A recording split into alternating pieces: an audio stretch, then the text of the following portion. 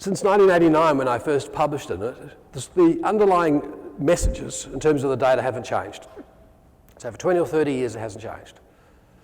And what we do in academia is we write our stuff, and if it has any resonance out there, the next thing we do is someone comes along and pulls it to pieces.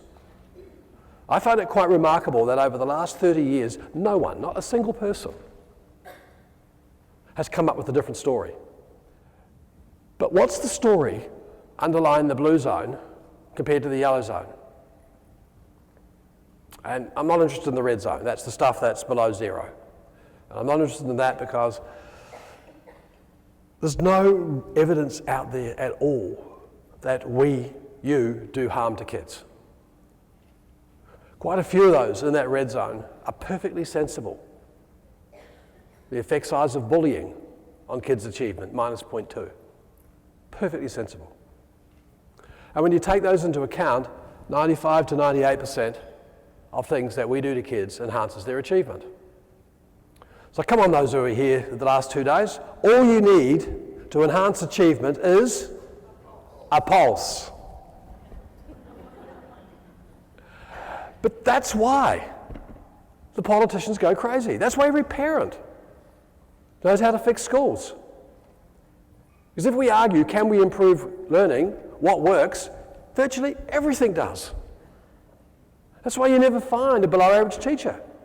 Because in the sense of asking the question, can you enhance learning, they're right. Every single one can, virtually. And that's why you've got to ban the words what works from your vocabulary.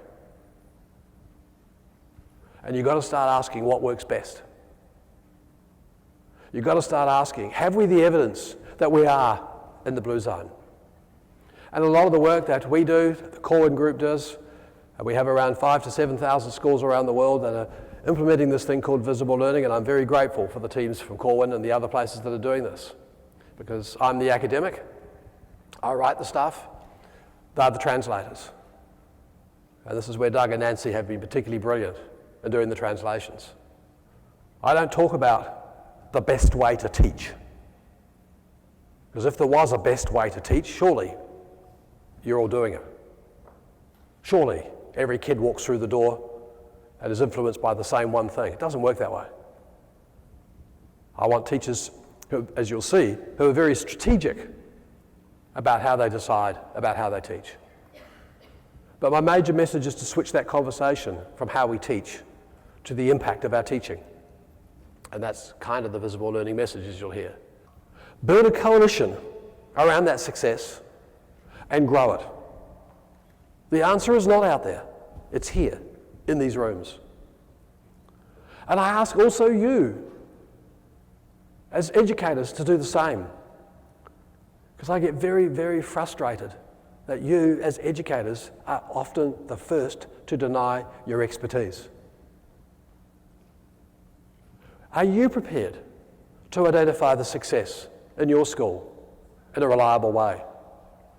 Are you then prepared to build a coalition of that success? And sometimes it might include the 5-year-old teacher out, and it may exclude the 30-year teacher out. Build that success, and then all we ask you to do in the visible learning story is then to invite those in the yellow zone to join. That's it. And we privilege experience. As research has shown many, many times, the correlation between expertise and experience in education is, after 5 years, is 0.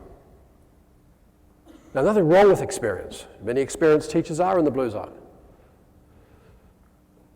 But having that courage to dependably identify the excellence to me is not what they say, it's their impact they have on their students. And the underlying mantra of what does work is this notion of when teachers see learning through the eyes of students. How do we move the debate away from how you teach to the impact of your teaching? A small shift in the psyche, but a dramatic shift in what happens. And you're going to be hearing throughout the day, self-regulation, metacognition, 21st century skills, lifelong learning.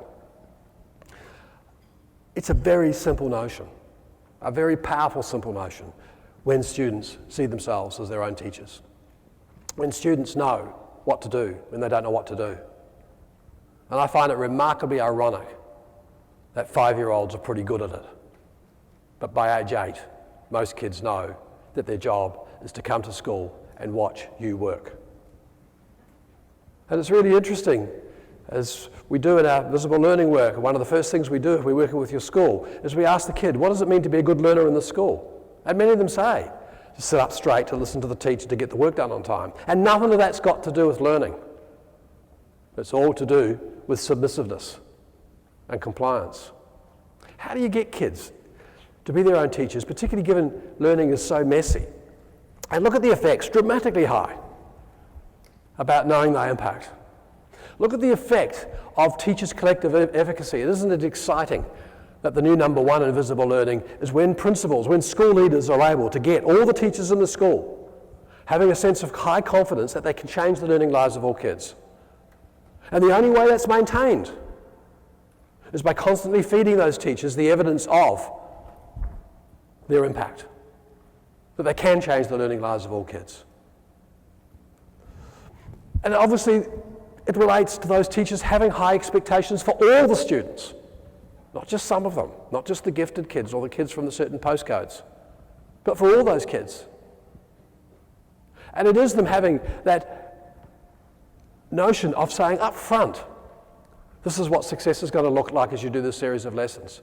Because many kids, particularly around the ages of 11, 12, 13, many of them say, look, I'm not going to play this game called schooling anymore. And it's not just the teacher-student relationship, it's the teacher building the student-student relationship, so that when a kid in a class says, I don't know what you're talking about, or I've got the wrong answer, it's safe to do that in that class. Because wow, kids can be unbelievably vicious to each other in very subtle ways when kids make mistakes. And we cannot afford that, because let's get honest, guys, nearly all of our learning for us and for kids is based on the simple notion that we don't know. That's why we're there. If we already knew the stuff, why are you here? And feedback, it gobbles up errors. If you get something right, feedback doesn't have the same impact than if you get it wrong. So how can we make errors opportunities, the beginnings of learning, and make kids see that the challenge and the struggle of learning is the fun of learning? Don't hide it. Don't work on the assumption every teacher is equal. How can we, like every other profession, how can we dependably recognise that excellence, harness it, and use that excellence to work as the leadership in teaching across our schools? Because that's what really matters.